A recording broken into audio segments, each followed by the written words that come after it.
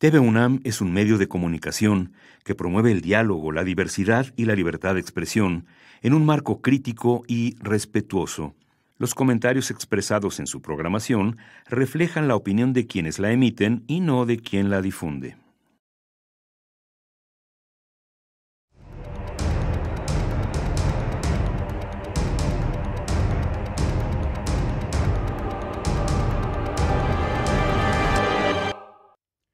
Amigas y amigos de la televisión universitaria, qué gusto vernos aquí de nuevo en Diametral Periodismo de Coyuntura. Yo soy Temoris Greco y ahora estamos con una invitada, una especialista, una experta, la doctora Margarita Pérez Negrete. Ella es doctora en antropología y maestra en sociología y está especializada, y es por lo que viene aquí a conversar con nosotros, en megaproyectos. El título de nuestro programa de hoy es El nuevo aeropuerto internacional de la Ciudad de México, el carácter oculto de un megaproyecto. Y hablar de megaproyectos en estos tiempos pues resulta totalmente ¿no? En el sentido de que es la gran oferta de la época, vamos a transformar las cosas, a construir grandes cosas, a modificar la naturaleza, y todo con la promesa del progreso, ¿no? De vivir mejor calidad de vida, de ir dominando el mundo. Pero desde tu perspectiva, tú que te has dedicado a esto, a estudiar los megaproyectos, ¿qué es lo que realmente nos están entregando? O sea, una cosa es lo que nos venden, ¿qué es lo que nos entregan con los megaproyectos? Bueno, yo creo que para entender un poco la lógica en la que se inscriben los megaproyectos, tenemos que mirar a nivel global y mirar un poco cómo es que van ocurriendo las situaciones en que se van produciendo. Por ejemplo, existen diferentes mecanismos por medio de los cuales se absorben excedentes de capital global. A escala mundial, por ejemplo, hay diferentes mecanismos como las guerras, las devaluaciones, los instrumentos financieros. Pero David Harvey, un gran teórico de las ciencias sociales, nos dice que el proceso de urbanización es uno de los vehículos por excelencia en los que se absorben excedentes de capital global. Entonces, si el proceso de urbanización es uno de estos mecanismos, lo que podemos verificar es cómo la producción de lugares, es decir, la creación de nuevas obras, son un vehículo muy funcional para absorber estos excedentes de capital y evitar así una crisis de acumulación a nivel global. Entonces, bueno.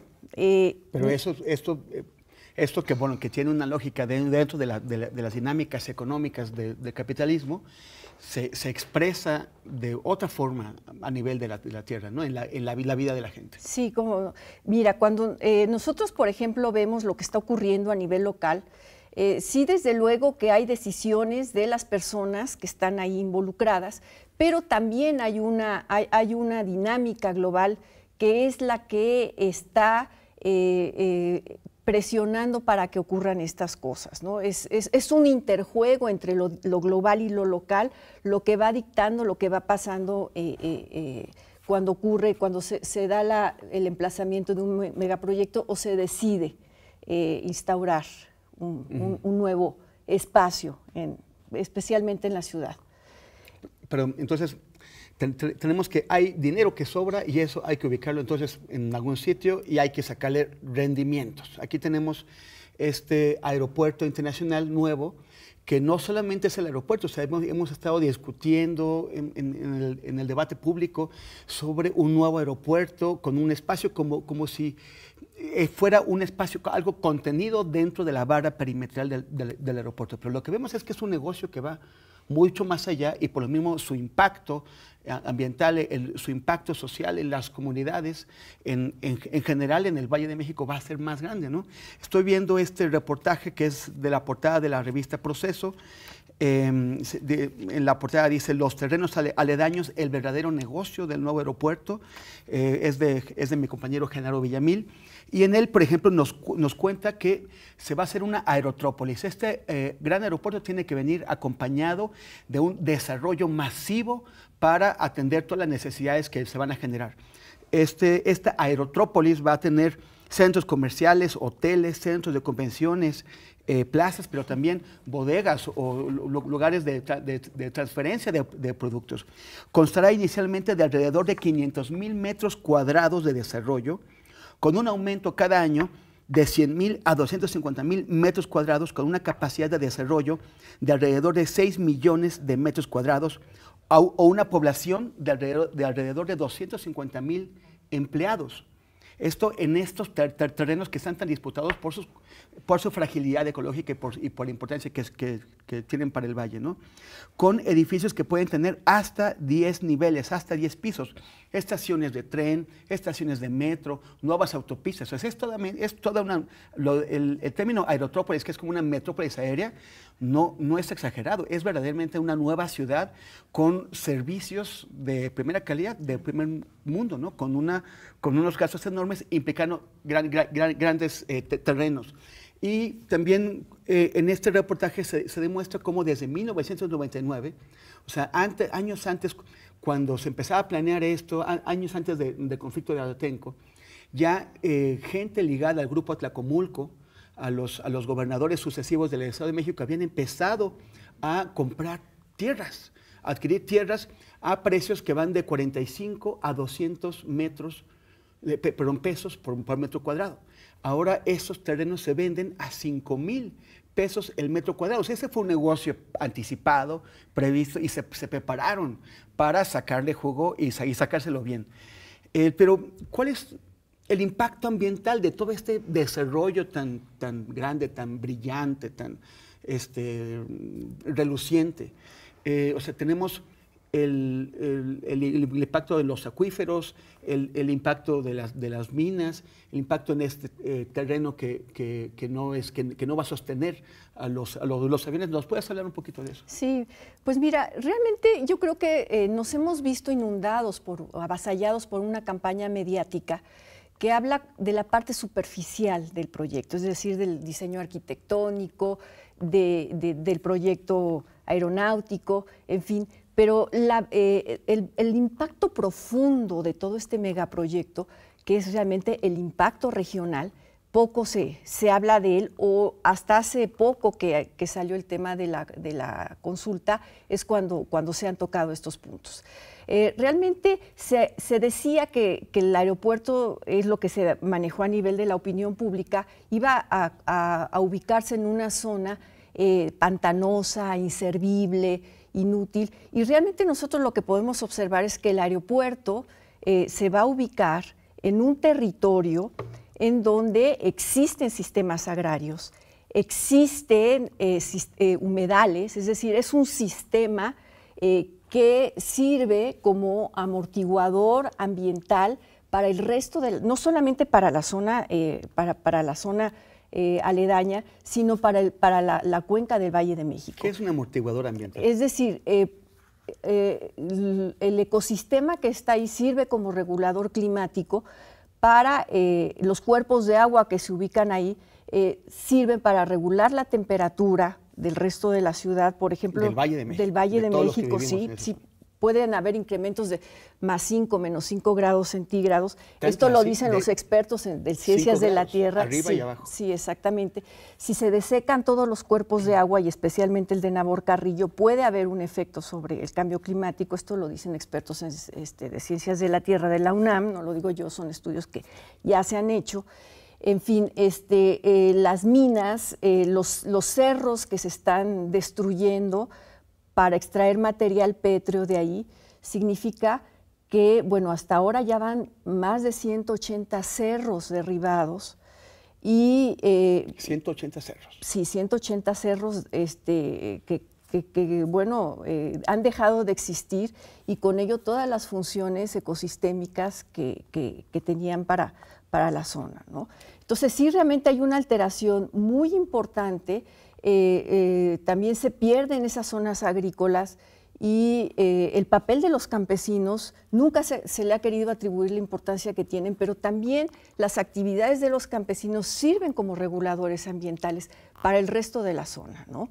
¿Por qué? Porque preservan zonas de recarga, porque se mantiene el equilibrio de la producción agrícola. En fin, hay muchísimas funciones que tienden a a destruirse, ¿no? Con una alteración en el ecosistema. La destrucción de los cerros implica la destrucción del manto forestal, ¿no?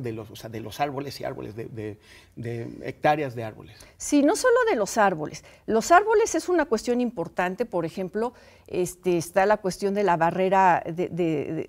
Hubo una zona que se reforestó en los años 70, 80 más o menos, por la zona de Tepetlaóstoc, del municipio de Tepetlaóstoc, que es la barrera forestal oriente, que pues ya están ocurriendo por ahí, ya se está dando la explotación de minas en esa zona. Entonces, bueno, pues en consecuencia esto afecta a esta barrera forestal, que es la que evitaba que se vinieran las tolvaneras a la Ciudad de México. También ocurre que con perforaciones profundas de los cerros, que pueden rebasar hasta los 100 metros, se están rompiendo, se está alterando la dinámica hidrológica de la zona. Esto quiere decir que no solamente se pierden las zonas de recarga, sino que también hay escurrimientos cuya trayectoria es desviada o es interrumpida, ¿no? Entonces, ¿a dónde se va esa agua? ¿Qué pasa con esa agua? Bueno, pues esto nos los podrían contestar expertos en cuestiones hidráulicas, ¿no? Pero sí hay afectaciones, hay alteraciones muy importantes. Lo de las tolvaneras me parece importante porque esa ciudad no debería olvidar lo que fue eso, ¿no? En los años 60, en los años 70, principios, teníamos un problema porque toda la desecación del lago de Texcoco y la deforestación provocó que los vientos arrastraran toneladas y toneladas de arena de todas esas zonas semiáridas que caían sobre la ciudad y provocaban enfermedades, obstruían la visibilidad, bueno, todo eso.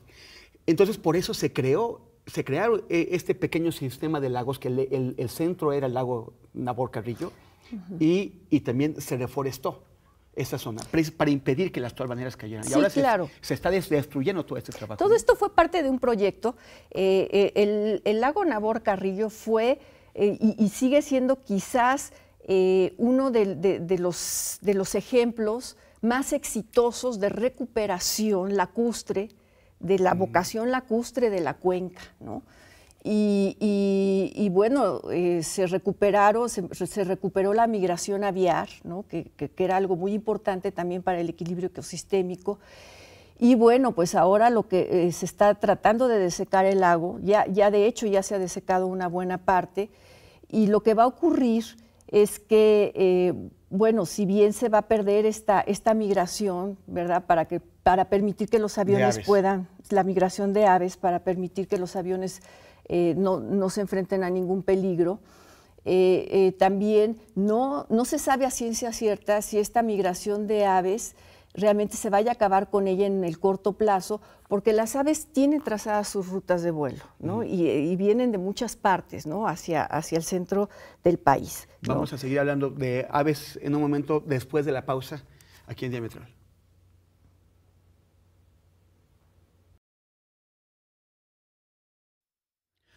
De vuelta en Diametral, estamos conversando con la doctora Margarita Pérez Negrete. Ella es investigadora del Centro de Investigaciones y Estudios Superiores en Antropología Social, el CIESAS, experta en megaproyectos y ahora dedicada a estudiar, concentrada en el tema del nuevo aeropuerto de la Ciudad de México. Y hablábamos de aves, estos lagos que fueron reconstruidos, han permitido recuperar la migración de las aves, lo cual no solamente es una cosa bonita de ver, sino que cumplen una función importante en nuestros sistemas ecológicos. Y además las quieren eliminar porque esas aves se van a convertir en un obstáculo para la aviación con el nuevo aeropuerto. Entonces, ¿qué es lo que hacemos cuando algo nos molesta? Aunque sean las aves, las echamos para afuera, ¿no? Así es. Lo que es paradójico de la construcción del aeropuerto es que para que pueda existir este megaproyecto es necesario acabar con las aves, acabar con el agua, acabar con los cerros. Entonces es cuando uno se pregunta si realmente para que se pueda generar, para que se pueda dar para que tenga éxito, es necesario acabar con este con el ecosistema que está a su alrededor y con el impacto no solamente ambiental, sino social de las comunidades que viven en la zona. A ver, aquí tuvimos un conflicto en 2006, un conflicto que tuvo momentos muy duros, ¿no? Como cuando el entonces gobernador Peña Nieto ordenó reprimir a la población de Atenco que protestaba, y que fue una represión no solamente violenta, sino que incluso tuvo un carácter, utilizaron la violencia sexual como un arma para someter a la población. Y 12 años después estamos otra vez con esta...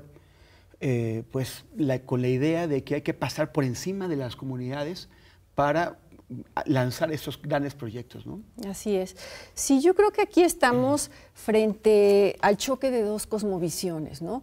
La cosmovisión de quienes están empujando el megaproyecto, de todos los tomadores de decisiones alrededor, llámense empresas concesionarias y el Estado, y por otro lado, la cosmovisión de las personas que habitan en esas comunidades. Para ellas el territorio es parte de ellos, es decir, ellos vienen de la tierra. Los cerros tienen un valor sagrado para ellos.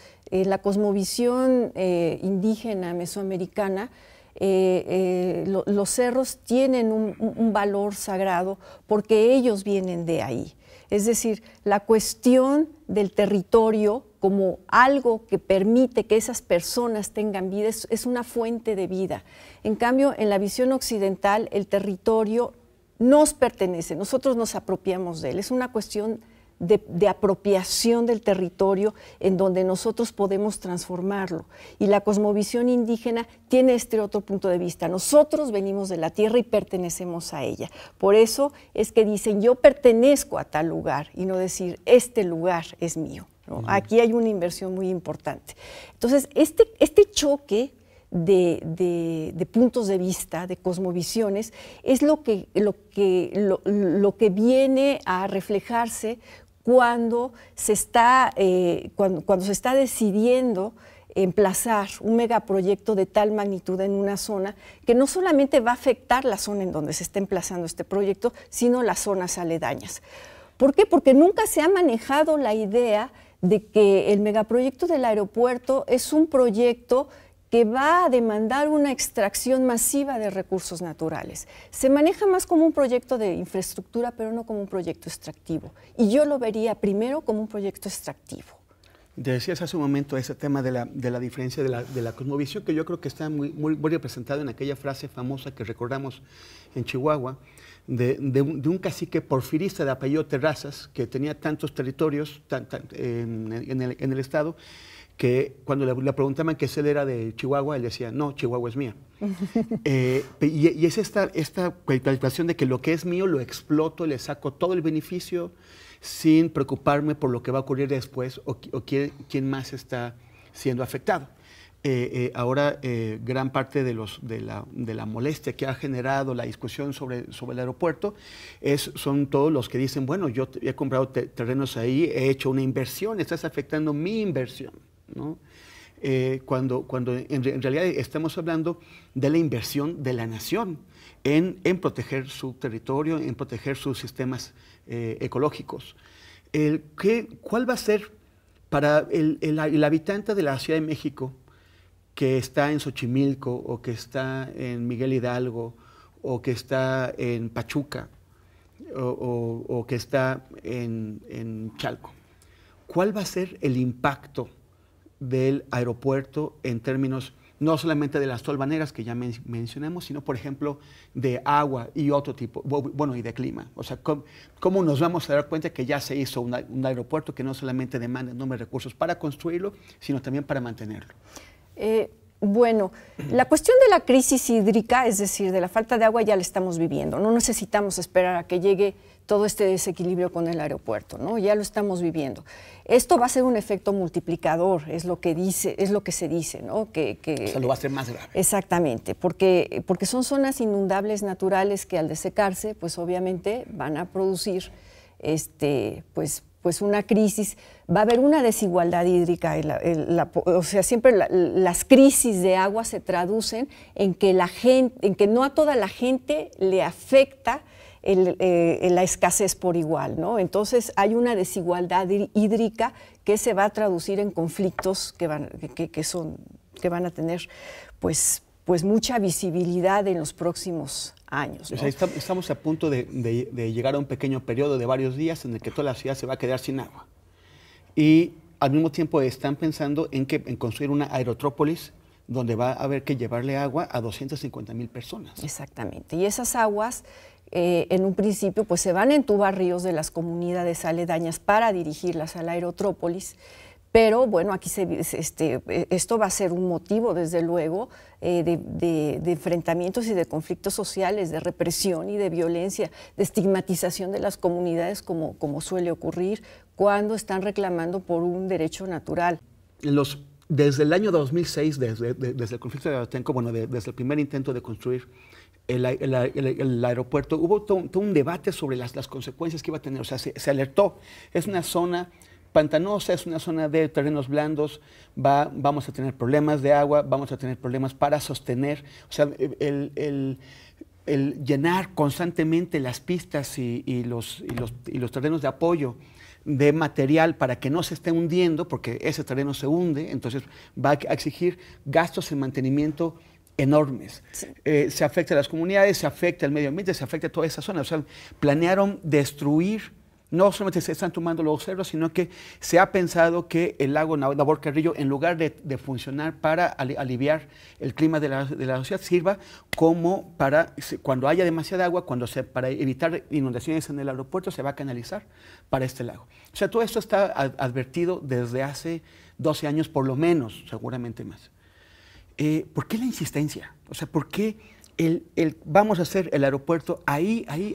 Se habían manejado que se hiciera en Hidalgo, se habían manejado que se hiciera ese sistema que se vuelve a proponer ahora con Toluca, con Santa Lucía, con el aeropuerto actual. Pero se decidió hacer ahí, y ahora uno de los argumentos para sostener el proyecto es que ya está en marcha el proyecto y pararlo nos va a costar mucho dinero.